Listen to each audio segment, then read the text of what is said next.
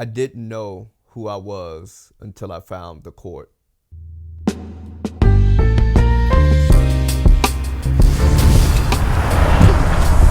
I first started asking, who am I, probably when I was 11 years old. And it was that time, and the story kind of goes, I was at home going through photo albums, looking at old photos. That was something that I liked to do when I was younger. And looking through these photos, I was able to find photos, and these particular photos had timestamps on them. They had the dates from when the photos were taken, July 17th, 1980. And that was my birth date, July 17th, 1980, the day I was born. And these particular photos, it was kind of weird as an 11-year-old, because I was looking at the photos and realizing that my parents were driving on vacation to Oklahoma. That's where my dad was from. He was from Muskogee, Oklahoma. And my mom, my dad, my sister and brother, I think my grandmother too at the time, they were all headed to Muskogee, Oklahoma. And I'm thinking to myself, how were they driving to Oklahoma the day that I was born? Straight A student now. And so, but I wasn't thinking nothing beyond like, how could this be possible? And so I went to my dad, I'm asking him questions. I'm like, hey, I noticed these photos, July 17th. Were y'all driving? Did y'all have me on the way to Oklahoma? Did y'all stop at a hospital? Like, what happened? Like, this just seems weird. And so my dad was really trying to avoid the conversation, and it was just like, didn't really give me a whole lot of information. I think really my dad was trying to change the subject. So a couple of days later, I need an answer, because I'm one of those kids. I need answers. I need to know. And I've been thinking about this for a few days. So I'm come back to him like, Dad, like, I think I tried to ask him in a different way. I think I came back at least a third time because he was still trying to avoid it. And then finally he came out and he told me that I was adopted at 11 years old. I mean, well, not at 11 years old. I was adopted at 5 months old. He told me this as when I was 11 years old. And so hearing that at 11 years old that I was adopted and him sharing that information, at first it was just like kind of, okay, you know, it made sense, the logic, because I think I am one that I really process and think with a lot of logic. You know, give me information. If the logic makes sense, I'm fine. And so for me, it was like, okay. But I think it didn't really hit me because I really didn't understand a lot about the adoption process or what that was. I did ask a few questions, and what I found out was my parents were 15 and 16 years old at the time they had me. I was adopted 5 months old. They had to give me up because they were too young to take care of me. And so knowing that was great. But I think as I started to get older into my later middle school years, going into high school, I think I started to really process that a little bit more. And it started to come out as I started to feel like I really don't know who I am. And in my not knowing who I was, it was a lot of learning how to be social in the social groups that I was in. It was also going through conflicts as a late middle schooler, early high schooler with persons. And those conflicts looked like getting into kind of arguments and beefs in my neighborhood. It also looked like, you know, me getting into high school and, you know, hormones raging. And now this is kind of my first really wanting to have a girlfriend and wanting to meet and get to know, you know, just a different set of girls that I had met. And in that, you know, being kind of this skinny, nerdy, with glasses kid, you know, kind of socially awkward, trying to really figure out who I was. You know, I didn't have necessarily like the latest name brand clothes, or, you know, was talking the lingo that everybody was talking. But I found myself being rejected by a lot of circles that I was in, whether it's the girls I was trying to talk to, the guys in my neighborhood that I got into beefs with. And even I started to try to associate, like, why is this happening so suddenly?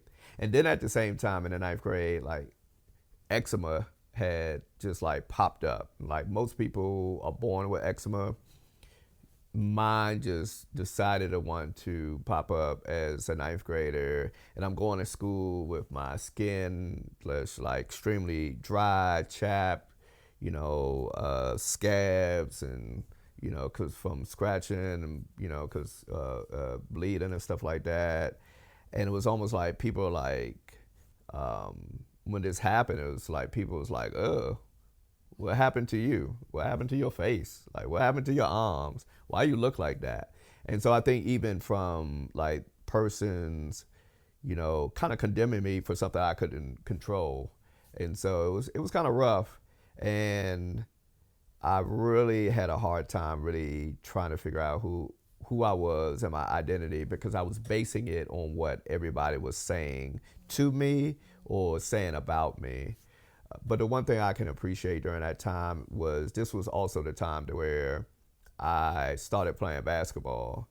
And really I found a lot of my identity through playing basketball, and then eventually leading to coaching basketball at 15 years old, when I got cut from the basketball team in 10th grade, or not cut from the basketball team for, didn't make it in tryouts in 10th grade.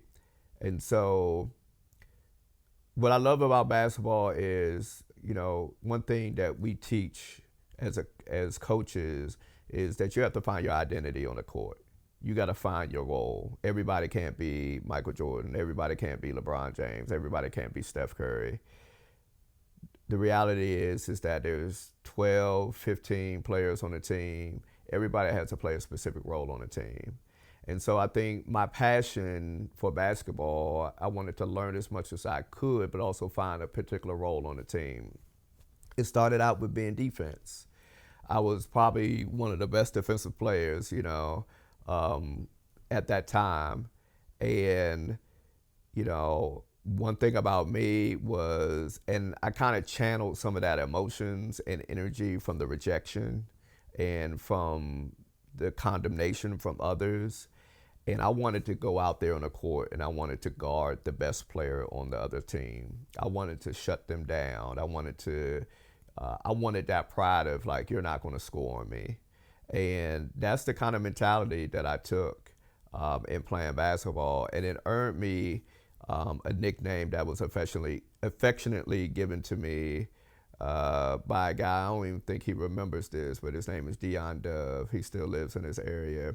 He was a star basketball player at Gwynn Park High School at the time. And Dawg gave me the name Tom Dog. And for those who associate, basketball, probably modern day terms is like you're a dog on that court.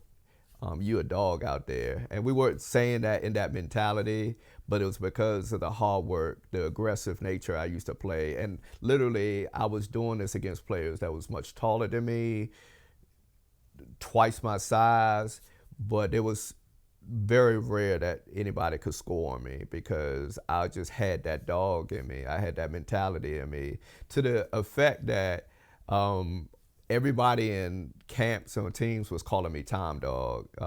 And to the point where I even started to own the identity. Very funny. I remember one game I was going against a guy, he's recently passed, named Andrew.